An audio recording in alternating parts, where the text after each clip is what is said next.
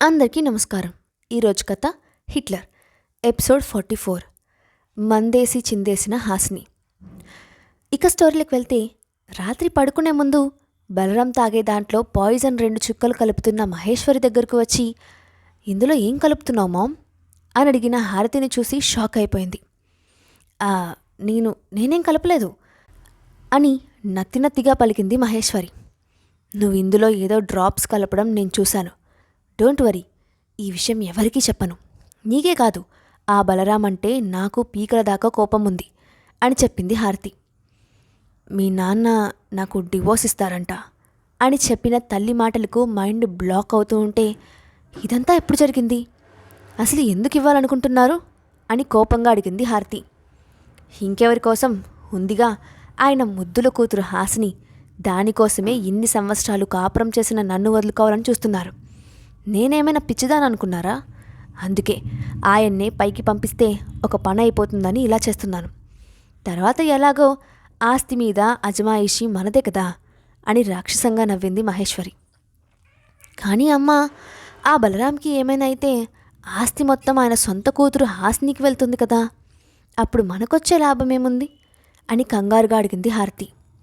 Don't worry, దానికి నా దగ్గర ఒక ప్లాన్ రెడీగా ఉంది. ఈ విషయం తీసుకున్న వాళ్ళు ఒక్కసారిగా చచ్చిపోరు. ముందు శరీరంలో ఒక అవయవం చచ్చబడి మంచానికి అంకితమవుతారు. తర్వాత నెమ్మదిగా ప్రాణాదులుతారు. ఆయన మంచం మీద ఉన్నప్పుడే సరైన టైం చూసుకొని వీలునామా మనకు అనుకూలంగా రాయించుకుంటే సరిపోతుంది అని వెకిలిగా నవ్వింది మహేశ్వరి. సూపర్ మామ్, ఎప్పుడెప్పుడు ఈ ఆస్తి మన సొంతం అవుతుందా అని ఆశగా ఎదురుచూస్తున్నాను అని చెప్తున్న హారతి వైపు ప్రేమగా చూస్తూ చూస్తూ ఇంత ఆస్తిని నీకు కాకుండా ఆ హాస్నికి దక్కనిస్తానని ఎలా అనుకున్నావు? ఇన్ని సంవత్సరాలు కష్టపడింది దీనికోసమే కదా అని ఆప్యాయంగా కూతురు తల మీద నిమిరింది మహేశ్వరి.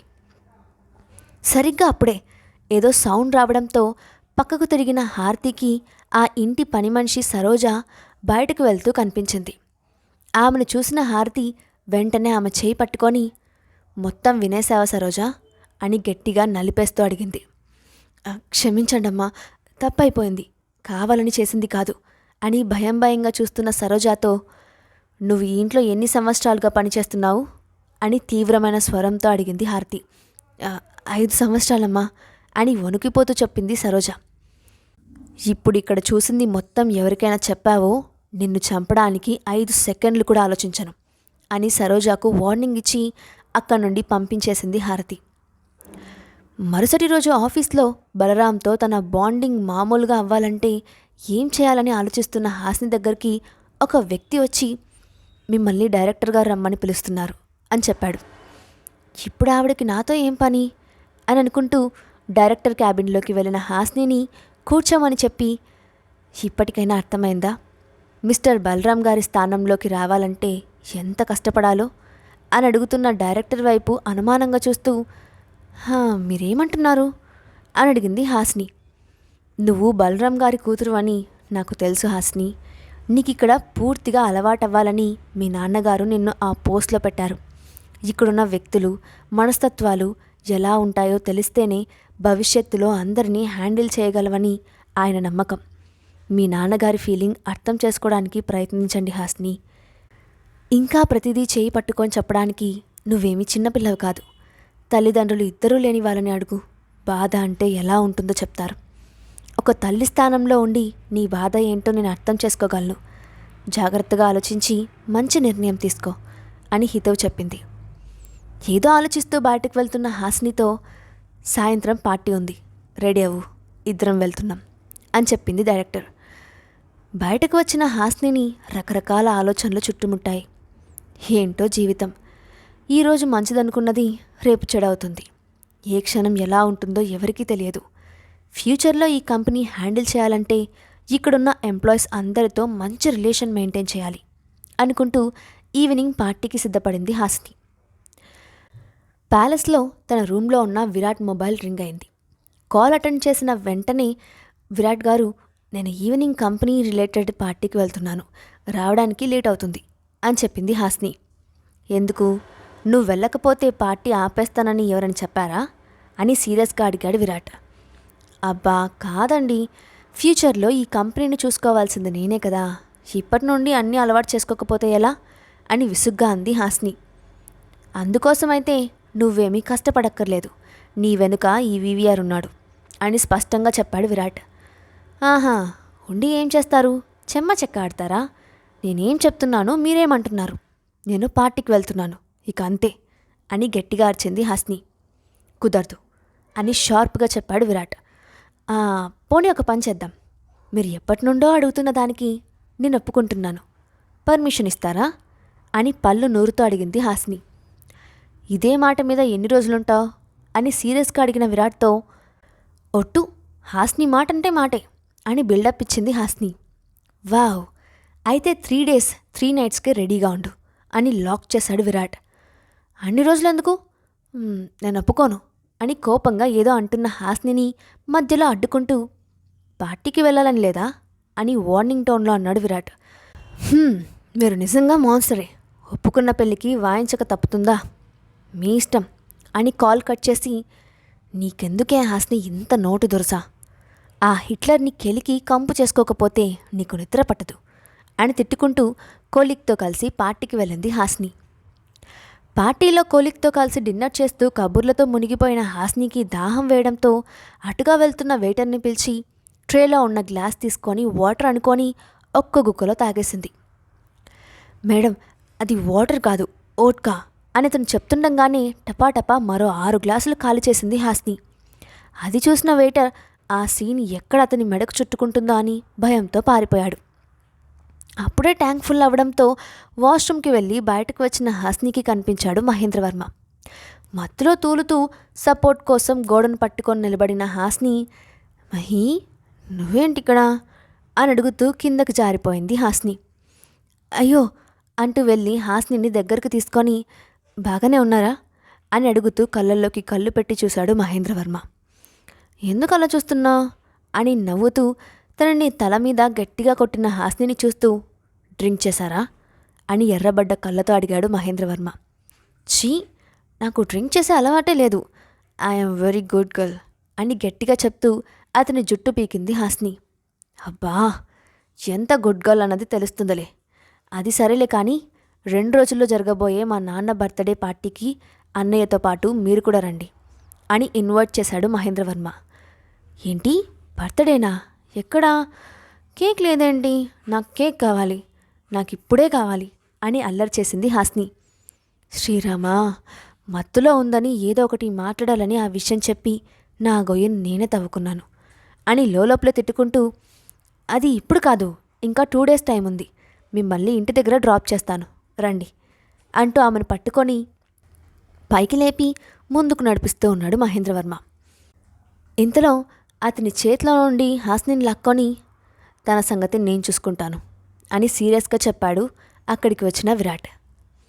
అక్కడ విరాట్ను చూడగానే సర్దుకుంటూ, అమ్మయ్య నువ్వు ఇక్కడే ఉన్నావా, కాస్త చూసుకో అన్నయ్య, వదిన ఎక్కువ డ్రింక్ చేసింది అని చెప్పాడు మహేంద్రవర్మ. నువ్వు ఇక్కడేం చేస్తున్నావు అని సూటిగా అడిగిన విరాట్తో, నేను ఫ్రెండ్స్తో వచ్చానన్నయ్య అని చెప్పాడు మహేంద్రవర్మ. ఓకే అని నెక్స్ట్ మినిట్ హాస్నిని అక్కడి నుండి తీసుకొని వెళ్ళాడు విరాట్. ఏయ్, ఎవరు నువ్వు, నన్నెక్కడికి తీసుకెళ్తున్నావు అని మందుమత్తులో తూగుతున్న హాస్నిని కారులో కూర్చోపెట్టి, ఇదే క్వశ్చన్ రేపు మార్నింగ్ అడుగు చెప్తాను అంటూ ఆమెను తీసుకొని ప్యాలెస్కి వెళ్ళాడు విరాట్. కారు దిగి లోపలికి వెళ్ళి, తలుపులందుకు క్లోజ్ చేశారు, ఓపెన్ చేయండి, ఓపెన్ ద డోర్ అని గట్టిగా అరుస్తూ వాల్ను చేతితో కొడుతున్న హాస్ని వైపు సూరజ్, సరితతో పాటు ప్యాలెస్లో ఉన్న మెయిట్స్ అందరూ ఆశ్చర్యంగా చూశారు. దాంతో కోపంతో విరాట్ ఆమెను భుజం మీద వేసుకొని నేరుగా రూంలోకి తీసుకెళ్లాడు. గదిలోకి ఎంటర్ అవుతూ కాళ్లకున్న చెప్పులను చెరోపక్క విసిరేసి పిచ్చి పిచ్చిగా గోల చేస్తూ విరాట్ చేతులు పట్టుకొని అటూ ఇటు తిరుగుతూ పాట పాడుతూ తీర్మార్ సాంగ్కి గంతులేస్తున్న హాస్ని చూసి అప్పటి వరకు ఉన్న కోపం పోయి నవ్వు వస్తూ ఉంటే ఆమెను అలాగే ఎత్తుకొని తీసుకెళ్ళి షవర్ కింద వదిలి, స్నానం చేసిరా అని చెప్పాడు విరాట్.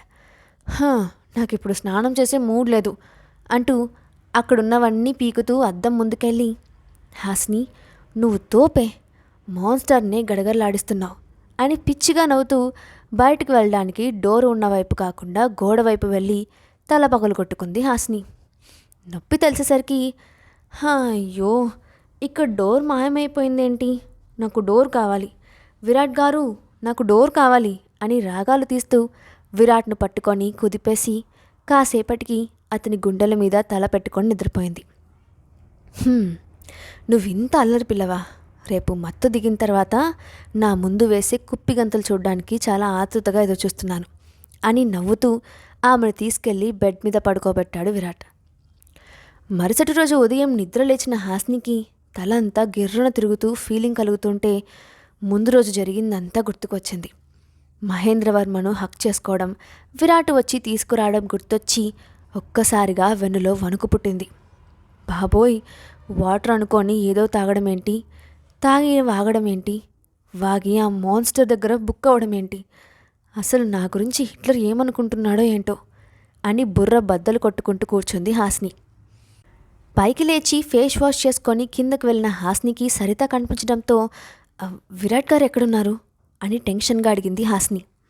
స్టడీ రూమ్లో ఉన్నారు మేడం అని చెప్పిన సరితతో నైట్ నేను బాగా ఇబ్బంది పెట్టానా అని మొహమాటంగా అడిగింది హాస్ని.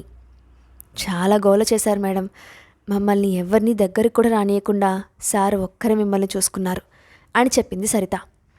దేవుడా, ఇప్పుడు గనక నేను ఈ సింహానికి దొరికితే ఫ్రై చేసుకొని తినేస్తుందేమో, వెంటనే ఇక్కడి నుండి పారిపోవాలి అని అనుకుంటూ వెనక్కి తిరిగిన హాస్నికి తన వైపే సీరియస్గా చూస్తూ కనిపించాడు విరాట్. విరాట్ గారు అది అని తడబడుతున్న హాస్నిని చూసి, ఇంకోసారి డ్రింక్ చేస్తే నిన్ను, నీకది సప్లై చేసిన వాడిని భూమి మీద లేకుండా చేస్తాను అని వార్నింగ్ ఇచ్చాడు విరాట్. అంటే ఏంటండి మీ ఉద్దేశం, నేనేమైనా తాగబోతు అనుకుంటున్నారా? ఏదో వాటర్ అనుకొని పొరబడి తాగేశాను అంతే, అంత మాత్రానికి నాతో అలా మాట్లాడతారా అని ఉక్రోషంగా అడిగింది హాస్ని. ఆహా, ఇంకా అన్నట్లు కనుబొమ్మలు ఎగరేసిన విరాట్ను చూసి తడబడి అక్కడి నుండి పారిపోయింది హాస్ని.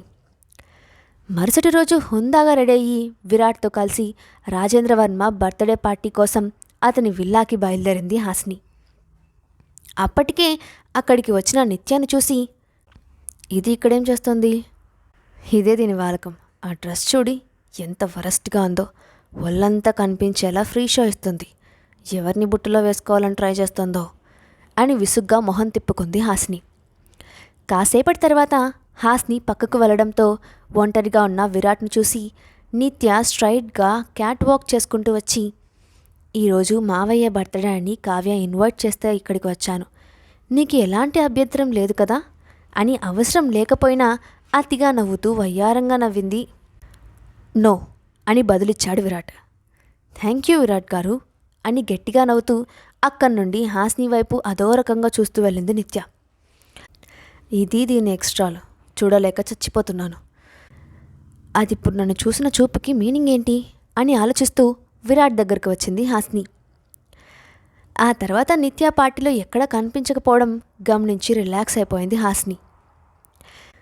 కాసేపు కడుపు ఉబ్బడంతో విరాట్ దగ్గరికి వచ్చి వాష్రూమ్కి వెళ్ళి వస్తాను అని చిన్నగా చెప్పింది హాస్ని. ఎక్కడుందో తెలుసా అని అడిగిన విరాట్తో, ఈ మధ్యన లంచ్కి వచ్చాను కదా అప్పుడు చూశాను అని బదులిచ్చి అక్కడి నుండి వెళ్ళింది హాస్ని. ఇదంతా గమనించిన రాజేంద్రవర్మ అక్కడికి వచ్చి, నువ్వు ఆ అమ్మాయిని పెళ్లి చేసుకోకపోయినా బాగుండేది, పెళ్ళాన్ని బంధంలో బంధించి అనుక్షణం కాపలా కాస్తున్నావు, ఈరోజు నీ బాబాయ్ ఇంట్లో ఉండి కూడా ఆమెకు ఏం జరుగుతుందోనని ఒక్క క్షణం వదలడానికి కూడా భయపడుతున్నావు అని వ్యంగ్యంగా అన్నాడు. ఏమీ జరగదు, నన్ను గాయపరిచిన హాస్నిని గాయపరిచిన వాళ్ళను చంపడానికి నిమిషం కూడా ఆలోచించను, ఎవరికైనా అలాంటి ఆలోచన వచ్చినా కూడా వాడికి భూమి మీద ఆఖరి రోజు అవుతుంది అని ఎర్రబడ్డ కళ్ళతో రాజేంద్రవర్మ వైపు తీక్షణంగా చూస్తూ చెప్పాడు విరాట్. రాజేంద్రవర్మ నిజం బయటపడుతుందా? విరాట్ మాటలకు అర్థమేంటి? నిత్య అక్కడికి ఎందుకు వచ్చింది? నెక్స్ట్ పార్ట్లో చూద్దాం. ఈ స్టోరీ అప్డేట్ ఎలా ఉందో కింద కామెంట్ బాక్స్లో మీ ఒపీనియన్ని షేర్ చేయండి. అలాగే ఇలాంటి మరిన్ని స్టోరీస్ కోసం మా ఛానల్ని తప్పకుండా సబ్స్క్రైబ్ చేసి పెట్టుకోండి. Thanks for watching.